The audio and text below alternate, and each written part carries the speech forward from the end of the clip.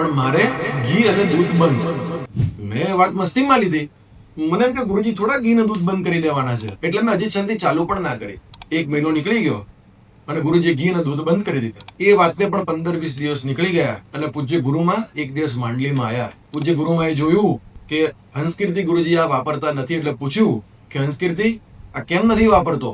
એમણે ગુરુદેવને જવાબ આપ્યો કે ચિત્રાંગ હજી શાંતિ નથી કરી એટલે મારે દૂધ બંધ છે. એટલે ગુરુમાએ પૂછ્યું કે ખાલી દૂધ બંધ છે? તો કે ના ગુરુદેવ, ઘી પણ બંધ છે. અને આ સાંભળીને ગુરુદેવનું જે બોઇલર ફાટ્યું. આપણે જે સાંભળીએ છે ને કે સિંહ વિફરે ત્યારે કોઈનો નહીં, અને બૂમ પાડી કે બોલાવો ચિત્રાંગને. હવે હું તો સ્કૂલ પતી એટલે જમીને સુઈ ગયો હતો અને બોલાવાયા કે ગુરુમાં તને તાત્કાલિક બોલાવે છે. એટલે હું દોડમ દોડ ગુરુમાં પાસે પહોંચ્યો.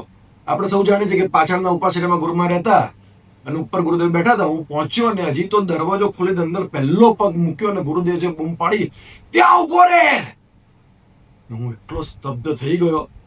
મને હજી યાદ છે, પૂજ્ય બંને બંધુ બેલડી ગુરુજી, પૂજ્ય હંસમુદી મહારાજ, ધર્મભૂષણ મહારાજ સાહેબ બધા એકદમ દોડતા આવી ગયા કે ગુરુદેવને શું થયું. અને હજી એ લોકો કઈ પૂછે એ પેલા ગુરુદેવ કીધું કોઈ વચ્ચે બોલતા નહીં, બધા જતા રહો.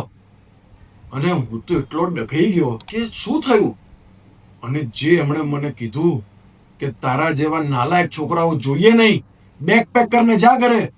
એટલે મેં એમ પૂછ્યું ગુરુમાં મેં શું કર્યું? અને જે ફરી અકળાયા, તને ખબર નથી કે તારી શું ભૂલ છે? કરે છે શું તું? આખો દિવસ મજાક મસ્તી, મેં જ તને બગાડ્યો છે. આટલો બધો પ્રેમ અપાય જ નહીં. અને જે ગુરુદેવ મને ઝાટકવાનો ચાલુ કર્યો, હું તો ઊભો રહ્યો અને દડ દડ આંસુ પડવા માંડ્યા. સામે બોલાય બી નહીં. 20 મિનિટ સુધી ગુરુમાએ જે મને ખખડાયો છે, બહાર જા, મોઢું ના બતાડતો તારું.